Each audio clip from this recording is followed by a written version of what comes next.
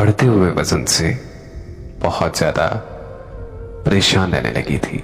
उस वक्त जो भी फैमिली मेरा रिश्ता देखने के लिए आती तो वो मेरे बढ़ते हुए ज्यादा वजन की वजह से मुझे रिजेक्ट करके चली जाती थी, जिसकी वजह से मैं शदीद डिप्रेशन में रहने लगी थी।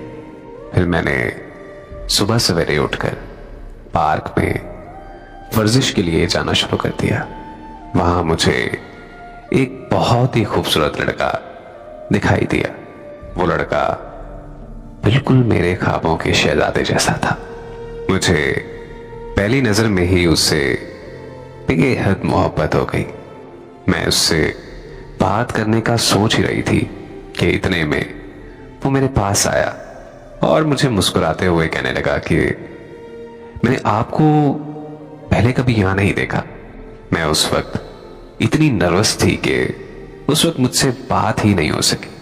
फिर वो मुस्कुराता हुआ वहां से चला गया। मैं सारा दिन सारी रात उसके बारे में सोचती रहती थी। अगली सुबह जब मैं पार्क में गई तो उसने फिर से मुझसे वही सवाल पूछा। मैंने उसे हाँ कहा और फिर हमारी बातचीत होना शुरू हो गई। हम हर रोज पार्क में मिलने और घंटों घंटों तक बातें करते रहे। यकीन जानिए कि वो वक्त मेरी जिंदगी का सबसे खूबसूरत तरीन वक्त था। मैं उससे अपनी मोहब्बत का इजहार करना चाहती थी, लेकिन मुझे डर लगता था कि कहीं वो मुझे इनकार ना कर दे।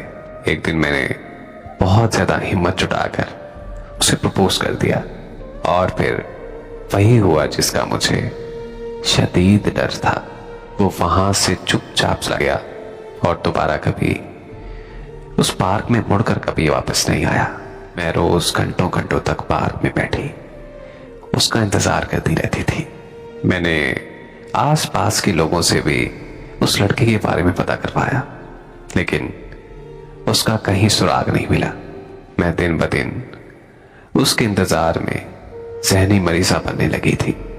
मैं इस हद तक ज़हनी डिप्रेशन में रहने लगी कि मुझे पैनिक अटैक होने लगे। तब मेरे घर वाले मुझे एक साइकाट्रिस्ट के पास ले गए और वो मुझे एंटी डिप्रेशन की मेडिसिन देने लगा। जब मुझे मेडिसिन से कोई फर्क नहीं पड़ा तो उस साइकाट्रिस्ट ने मुझे कुछ ऐसा बताया जो मेरे लिए तस्लीम करना नामुमकिन था। उसने मुझे बताया कि तुम टेंशन डिसऑर्डर नामी एक बीमारी में मुब्तला हो। इस बीमारी में इंसान किसी ऐसे शख्स से मोहब्बत करने लगता है जो हकीकत में होता ही नहीं है, बल्कि सिर्फ उस इंसान का वहम होता है।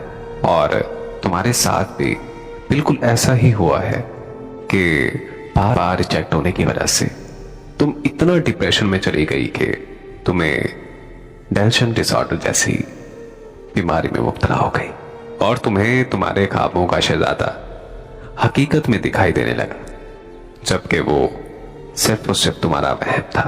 पहले तुम अपने वहम को हकीकत समझकर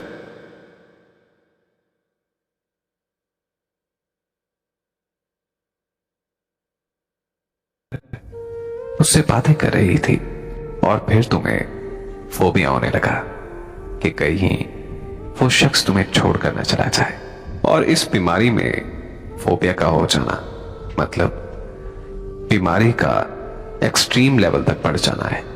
और फिर फोबिया इस हद तक पहुंच गया कि तुमने ये मान लिया कि वो तुम्हें हकीकत में छोड़कर चला गया है। और अब तुम बीमारी की इस स्टेज तक पहुंच चुकी हो कि जहां हकीकत और वहम में फर्क पता लगाना बहुत ही मुश्किल काम है और तुम्हारे लिए ये बहुत नामुमकिन सी बात है। उस छोटे साइकाट्रिस्ट की बात सुनकर मैं अपने घर वापस आ गई और दोबारा कभी उसके पास इलाज करवाने के लिए नहीं गई। आज मैं ज़हनी मरीजा बनकर रह गई हूं। वो मुझे इस कदर याद आता है कि मैं उसे पागलों की तरह ढूंढने लगती हूं। मैं उसका आज भी बड़ी शिद्दत से इंतजार करती हूं, जिससे मैंने इतनी मोहब्बत की, जिससे मैंने अपनी जिंदगी माना, उसके बारे में मैं ये कैसे मान लूं कि वो हकीकत नहीं बल्कि मेरा एक वहम था।